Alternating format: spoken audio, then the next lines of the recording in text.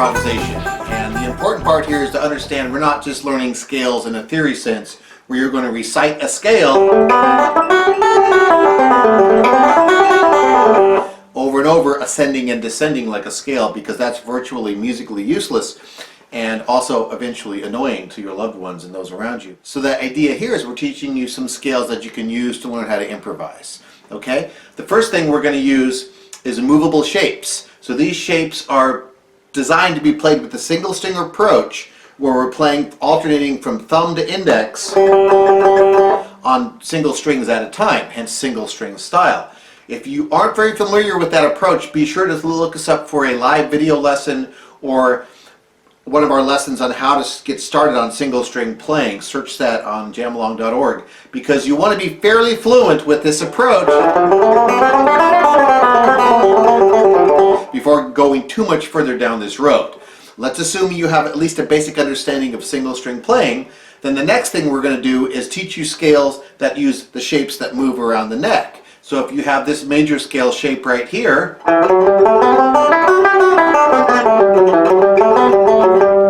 of course it's in G currently. We can move it up and play that also in A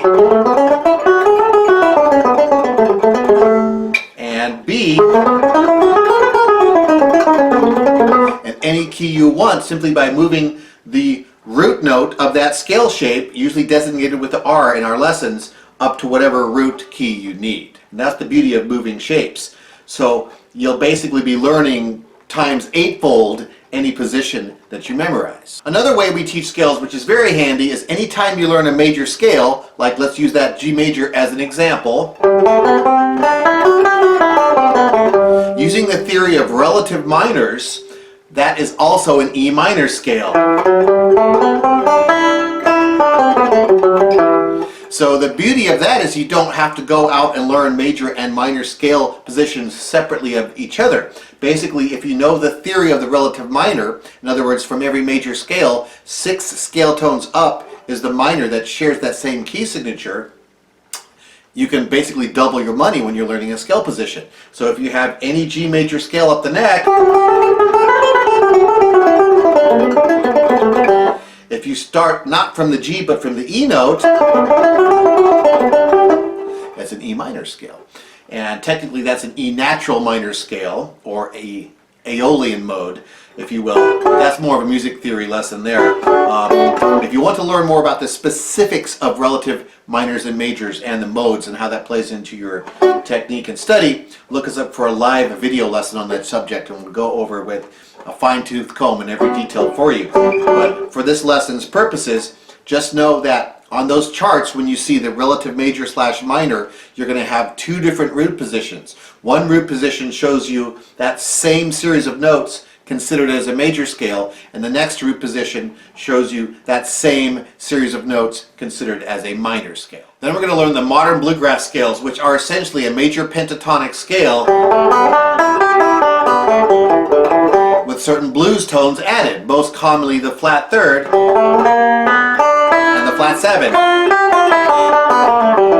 And we call that here at JamAlong the bluegrass scale.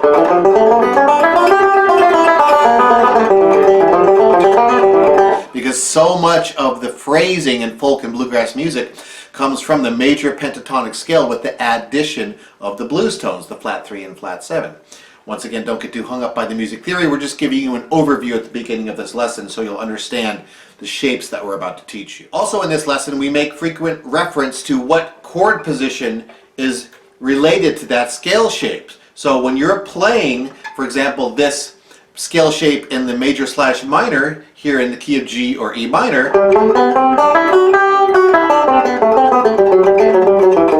basically we relate that to the moving F shape on banjo, so-called F shape, okay? And the important part about that is whenever you're moving around the neck playing back up, you can use the chords as a reference. So if I'm up here in the key of D at the F shape at the 12th fret, I also know I have that D major scale right there. Or B minor.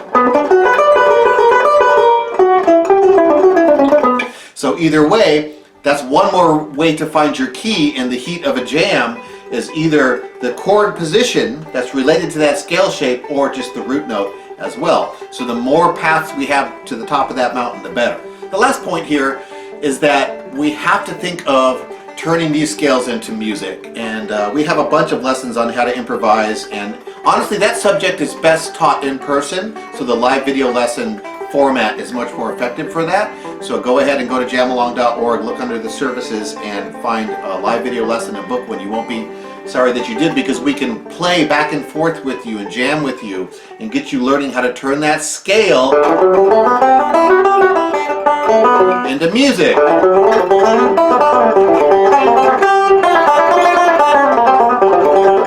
And the idea is, using a term we coined called musicizing, you're taking the scale and adding tricks like rests, like repetitions, like hammers and pulls and slides, like bends, like rolls, like sneaky little licks. You're doing whatever you can to put that scale in a blender, put it on a high, and turn it into like a stream of notes coming out of your instrument, not a predictable scale. So that's why for every single scale in this lesson, after we teach you the shape, we're going to give you examples of jamming along with a backing track, turning that scale into music.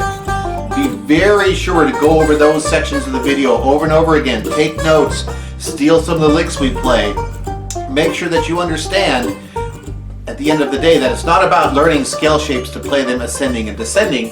It's about mapping out your fingerboard to be able to play a stream of random notes, to be able to express yourself using these shapes over musical background. In other words, a jam session or a backing track. Alright, our first position we're going to learn in this lesson is the major/minor 1. Now remember, not to be confused, the reason we're giving you major/minor positions is so you have both the major scale and the natural minor in the same shape. The relative major and minor. Very important so you don't learn superfluous positions, which are out there online if you go rooting around. So be careful. This particular position, the minor, designated by the negative sign, okay, starts here on the 2nd fret in E minor. Alright? And then the major root starts here in G. That's designated by the plus sign. So the minus sign inside of the circle on the scale position is the minor root, in this case E, and the major sign is the plus sign. So if we were to play this as an E minor scale, it would sound like this. And back down. Notice with the right hand I'm alternating thumb and index. All the scales in this lesson are designed to be played either with a plectrum or more appropriately in the single string fashion from thumb to index finger. So once again, we're going to count to 2 and play this scale as a minor shape starting from that 2nd fret on the big D string and then walking up to that 2nd fret on the little D string, the 1st string. Alright? After the count of 2, nice and slowly together. 1, 2. 1, 2. 1, 2. 1, 2. Now, to play it technically as a major scale, we're going to play from that plus sign, which is the pinky at the 5th fret on the big D string. And it's going to sound like this after the count of 2. 1, 2. 1, 2. Back down. 1, 2. 1, 2. Very nice. Now that's a bit of musical semantics to lock yourself into playing from the major root to root or the minor root to root. To be truthful, it's probably better to practice the scale in the entire position and just be aware of the fact that you have 2 different roots, one for the minor key, one for the major key. So we recommend you practice the scale all the way from here, all the way to the end of the scale position, then back down.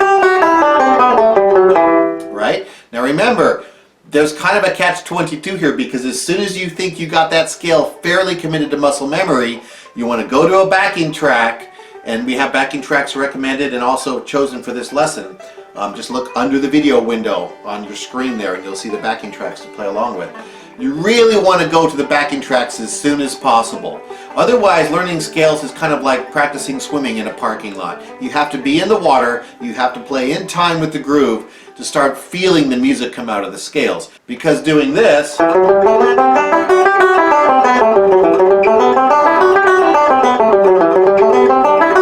as we said, is not only annoying but ultimately pointless. We want this. And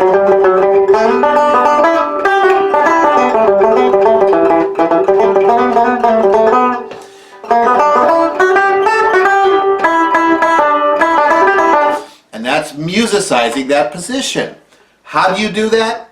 In a word, backing tracks. Backing tracks, backing tracks, backing tracks. And that's why we have an entire library of backing tracks at JamAlong.org. And if you're a member, of course, you get access to every one of them. You want to be spending all sorts of time playing around with any backing track you can match a key to and learning how to create music with your scale. All right, major minor position 2. This relates to the so-called D position on the banjo. In this case, the D position is a G chord with the middle finger at the 8th fret on the 2nd string. Okay? You should know those shapes. If you don't, grab our beginning backup banjo lesson and make sure you spend some time learning those shapes. Very important to be able to identify a chord shape by key and then find the scale that's in that same fret zone. Okay? So this particular position is going to look like this. Once again, it's got major and minor roots. The minor root is right here, designated by that minor symbol right here on the 3rd string at the 9th fret. The major root is that plus symbol on the G note on the 2nd string at the 8th fret. Now bear in mind, we're showing you these shapes in a given key because the lesson would be 5 hours long if we showed you the scale shape on every fret. You have to then realize that you can move that plus or minus sign around and find out what other keys you can use this shape for. So if we're considering this the G major scale, right here with the plus sign, since that's a G note, if I moved it up here, I get an A major scale. Same thing if I moved it up to here. The plus sign is now at the 12th fret, meaning a B note.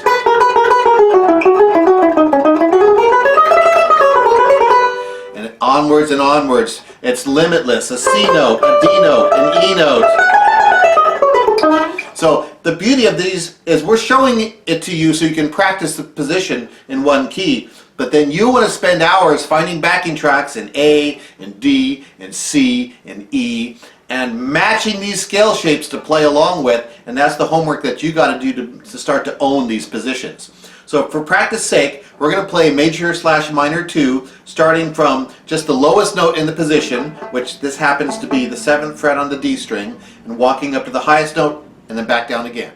Okay, pointing finger on the big D string at the 7th fret to practice the major/minor shape 2, which relates to the G chord in the D shape at the 8th fret. That's a lot to digest. Take it slowly, use the slider bar, rewind, rewind, rewind. After the count of 2. 1, 2. Back down. 1, 2. 1, 2. Back down. 1, 2.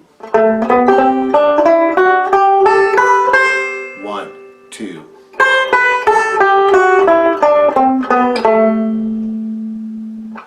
Now remember, keep it slow. There'll be a time in the future you'll be zipping through this stuff faster than a bee-stung stallion. But for now, what's important is you're playing the notes cleanly and you're using the shape as it's shown on the graph. Okay, for major/minor 3, this relates to the bar position. And as you may have noticed, we're using the key of G, the people's key, as our reference key as we work through this particular scale shape. So the bar position at the 12th fret, yep, way up in the stratosphere, which is a G chord, as most of you ought to know. And so this scale shape is going to look like this.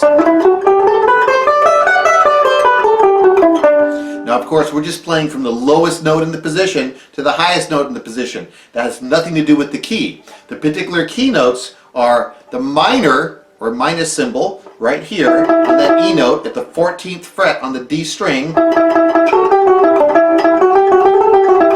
or the major root, which is the plus symbol, at the 3rd string at the 12th fret.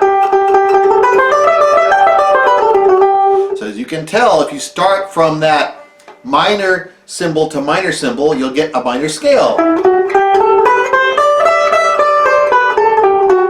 Classic. If you start from the plus to the plus, you'll get a major scale. Right? So there is a major and a minor scale hiding together in this shape. But for practice, we just go from the lowest physical note to the highest physical note, so you get the whole span of the shape. Here we go, after the count of 2, nice and slow. 1, 2.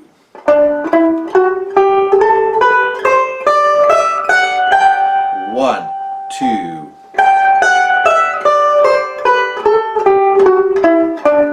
1, 2.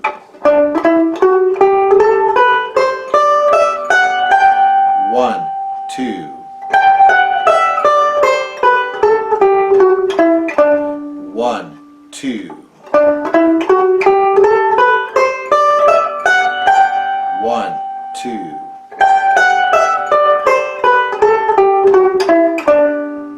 So go ahead and spend time on that, going over and over in ascension and descension.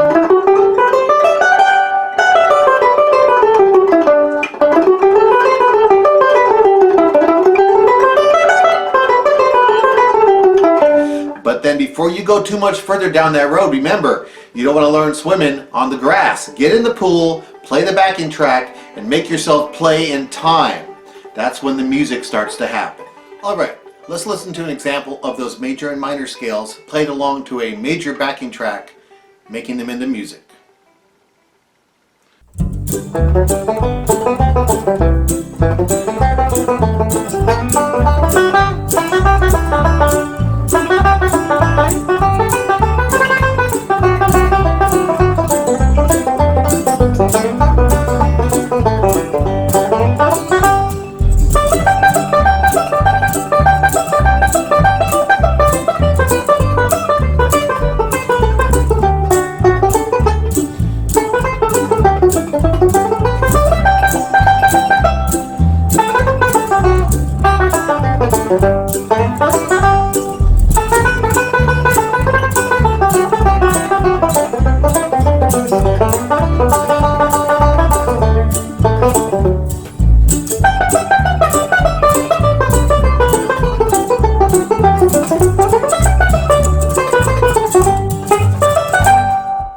Let's listen to those major and minor scales played from the minor roots along with a JamAlong minor backing track to turn them into music.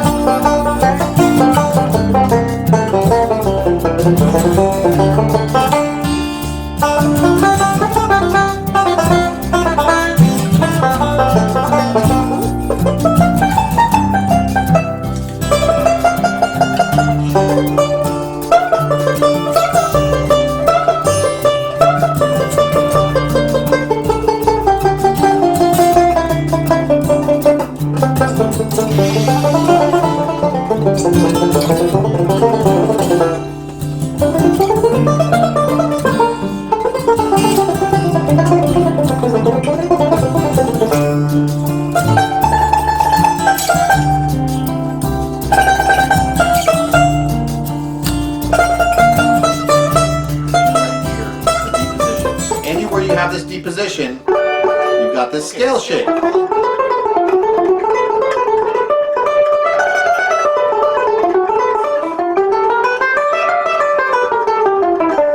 Alright, eventually you should be able to play this scale while talking, yelling at the dog, ordering a beer. And this is muscle memory for me now, so I don't have to think about it so much. 1, 2.